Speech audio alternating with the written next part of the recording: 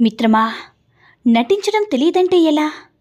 మోసపోకుండా ఉండాలంటే గడుసుతనం నటించాలి. చులక నవ్వకూడదంటే కొంత వివేకం నటించాలి. ఆకతాయిల ఆటలు కట్టించాలంటే ధైర్యం లేకున్నా నటించాలి నేస్తమా. ఓడిపోకూడదనుకుంటే ఆత్మవిశ్వాసం నటించాలి. అహంకారులు నోరు ముగించాలంటే కొంత పగురు కూడా నటించాలి. రాజకీయ పాత్రల నడుమ జీవించాలంటే ఎంతైనా కొంత నటించాలి నేస్తమా. అర్థమైందనుకుంటా. శ్రీ కనకదుర్గమ్మ తల్లి ఆశీస్సులతో జ్యోతిష్యం చెప్పబడును.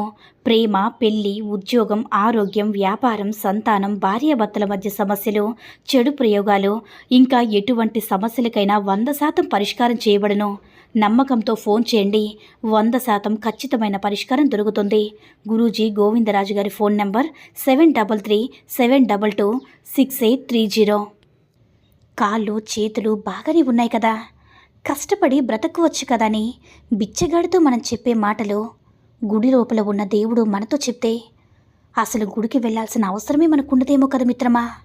ఒక విధంగా చెప్పాలంటే అందరం బిచ్చగాలమే, అడుక్కునే విధానంలో మాత్రమే తేడా ఉంది. అంతే కదా, కాదంటారా? నేస్తమా, గడియారం ప్రాణం లేని తన ముళ్ళతో ప్రాణం ఉన్న మనుషుల్ని ఉరికిస్తుంది. పాటించాల్సిన సమయం చెప్తుంది. ఒక్కొక్కరికి ఒక్కోలా అనుభూతినిచ్చి అన్నింటినీ తనలో ఇముడ్చుకుంటుంది. ఆనందం, విజయం, ఓటమి, స్థిరత్వం, చలనం, వేగం, ఇలా ఒక్కటేమిటి, ఒక్కొక్కరికి ఒక్కొక్క ఫలితాన్నిస్తుంది. ఓడిన వారికి కారణాన్ని, గెలిచేవారికి లక్ష్యాన్నిస్తుంది. మనిషి చేసిన తయారీ దీన్నుంచి కాలేరు పరారి. అవునా నేస్తమా? మనమంటే ఇష్టం లేదని ఎవ్వరూ కూడా ప్రత్యేకంగా చెప్పరు నేస్తమా. వారి ప్రవర్తన బట్టి మనమే అర్థం చేసుకోవాలి. కష్టమైన నష్టమైన మనమే దూరం అవ్వాలి. విలువలేని చోట బాధపడుతూ ఉండడం కంటే కష్టమైన వదిలేసి ఉండడం చాలా మంచిది మిత్రమా. మన దృష్టిలో మన నాన్న విలువ ఎప్పుడు తెలుస్తుందో తెలుసా? 4 ఏళ్ళప్పుడు మా నాన్న చాలా గ్రేట్. మరి 6 ఏళ్ళప్పుడు మా నాన్నకు అన్నీ తెలుసు. 12 ఏళ్ళప్పుడు మా నాన్న మంచివాడే కానీ కొంచెం కోపం ఎక్కువ. 14 ఏళ్ళప్పుడు మా నాన్న చిన్నప్పుడు నాతో బాగా ఉండేవారు. 16 ఏళ్ళప్పుడు మా నాన్న ప్రతిదీ గుచ్చి అడుగుతారు.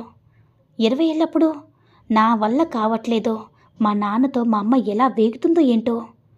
30 ఏళ్ళప్పుడు నా కొడుకు అల్లరి భరించలేకపోతున్నా చిన్నప్పుడు మా నాన్నకి చాలా భయపడేవాడిని.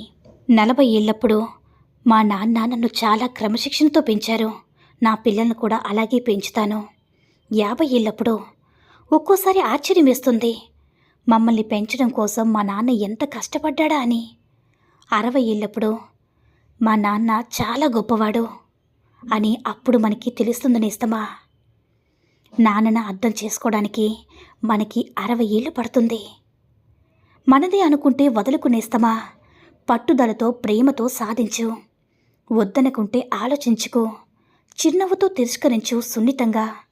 అది వస్తువైనా, స్నేహమైనా, బంధమైనా, లక్ష్యమైనా సరే. నిజాయితీగా ఉండు కానీ నిశ్శబ్దంగా ఉండిపోకునేస్తమా. మౌనంగా ఉండు కానీ మాట పడకో. విలువలేని చోట నోరు విప్పకో. అవసరమున్న చోట నీకోసం నువ్వు వాదించుకో. మన కోసం ఎప్పుడూ ఎవ్వరు కూడా రారు నేస్తమా. మొసలికి నాలుక ఉండదు, తాబేలుకు వెంట్రుకలుండవు, చేపలకి జీర్ణశక్తి ఉండదు, పీతలకి తల ఉండదు, పాముకి చెవులు ఉండవు.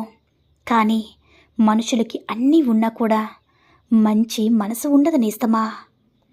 ఒక్క విషయం చెప్తాను, జాగ్రత్తగా వినేస్తమా.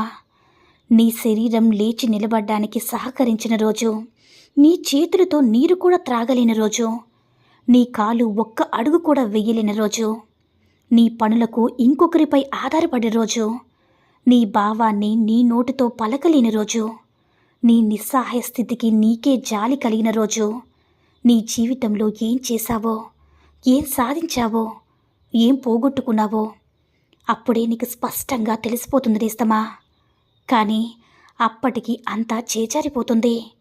నీ తప్పు సరిదిద్దుకునే అవకాశం కూడా అప్పుడు నీకుండదు. కాబట్టి అన్నీ బాగున్నప్పుడే ఆత్మజ్ఞానం తెలుసుకోనేస్తమా. అర్థమైందనుకుంటా. మనిషి జనన మరణాల మధ్యలో ఓ చిన్న గీత ఉంటుంది.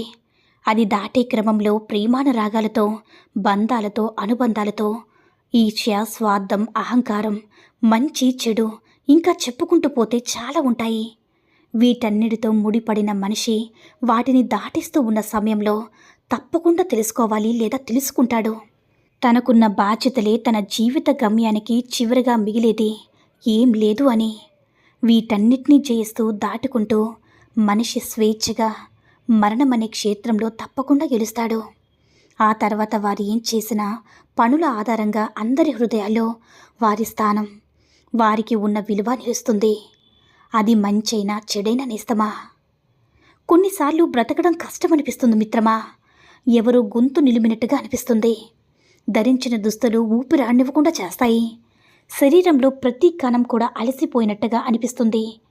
మనుషులందరి నుంచి దూరంగా పారిపోవాలనిపిస్తుంది. మనకంటూ ఉన్నవారు అపరిచితులైతే బాగుండు అనిపిస్తుంది. ఆత్మ ఎవ్వరికీ చెప్పుకోలేని బాధను, దానివల్ల వచ్చే కోపాన్ని బంధిస్తుంటుంది.